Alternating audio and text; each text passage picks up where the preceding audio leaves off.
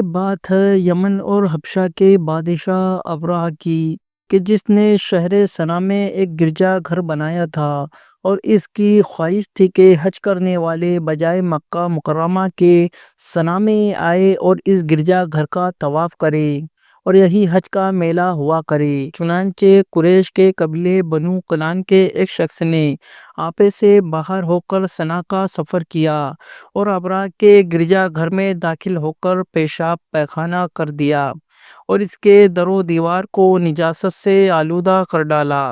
اس حرکت پر ابرہہ بادشاہ کو بہت ہی غصہ آیا اور اس نے کعبہ معظمہ کو توڑ دینے کی قسم کھا لی اور اس ارادے سے اپنا لشکر لے کر روانہ ہو گیا۔ اس لشکر میں بہت سے ہاتھی تھے اور ان کا پیشوا محمود جو بڑا ہاتھی تھا۔ ابرہہ نے اپنی فوج لے کر مکہ مکرمہ پر چڑھائی کر دی اور اہل مکہ کے سب جانوروں کو اپنے قبضے میں لے لیا، جس میں عبد المطلب کے اونٹ بھی تھے۔ یہی عبد المطلب جو ہمارے نبی کریم صلی اللہ تعالی علیہ وسلم کے دادا ہے، خانہ کعبہ کے متولی اور اہل مکہ کے سردار تھے۔ یہ بہت ہی روابدار اور نہایت ہی باخوش آدمی تھے۔ یہ ابرہہ کے پاس آئے اور ابرہہ نے ان کی بہت تعظیم کی اور آنے کا مقصد پوچھا تو آپ نے فرمایا کہ تم میرے اونٹوں کو مجھے واپس دے دو۔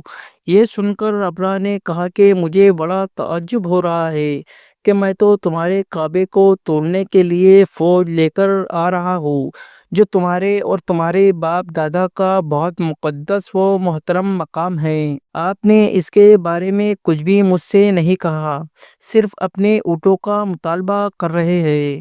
حضرت عبد المطلب نے فرمایا، میں اپنے اونٹوں ہی کا مالک ہوں، اس لیے اونٹوں کے لیے کہہ رہا ہوں، اور کعبے کا جو مالک ہے وہ خود اس کی حفاظت فرمائے گا، مجھے اس کی کوئی فکر نہیں۔ ابرہہ نے آپ کے اونٹوں کو واپس کر دیا۔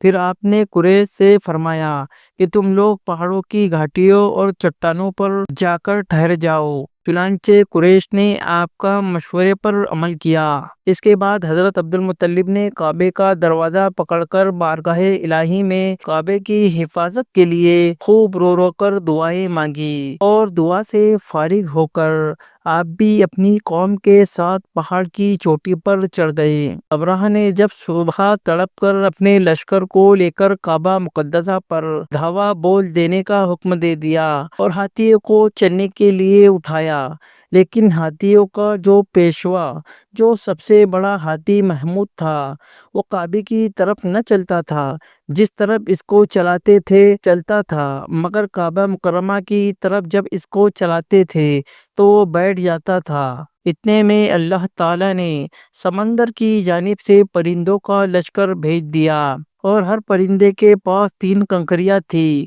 2 پنجوں میں اور 1 چونچ میں۔ ابابیلوں کے اس لشکر نے ابرہہ کی فوجوں پر اس زور سے سنگ باری کی کہ ابرہہ کی فوج بدحواس ہو کر بھاگنے لگی، مگر کنکریاں جو چھوٹی چھوٹی تھی فیل سواروں کے سر سے نکل کر جسم کو چیر کر ہاتھی کے بدن کو چھیدتے ہوئے زمین پر گرتے تھے۔ ہر کنکری پر اس شخص کا نام لکھا تھا جو اس کنکری سے ہلاک کیا گیا۔ اس طرح ابرہہ کا پورا لشکر ہلاک و برباد ہو گیا اور کعبہ معظمہ محفوظ رہ گیا۔ یہ واقعہ جس سال واقعہ پذیر ہوا، اس سال کو اہل عرب عام الفیل یعنی ہاتھی والا سال کہنے لگے، اور اس واقعے سے 50 روز کے بعد حضور صلی اللہ تعالی علیہ وسلم کی ولادت ہوئی۔ اس واقعے کو اللہ تعالیٰ نے قرآن مجید میں بیان فرماتے ہوئے ایک سورہ نازل فرمائی جس کا نام ہی سورہ فیل ہے۔ دوستو، اسی ویڈیو دیکھنے کے لیے ہمارے چینل کو سبسکرائب کریں۔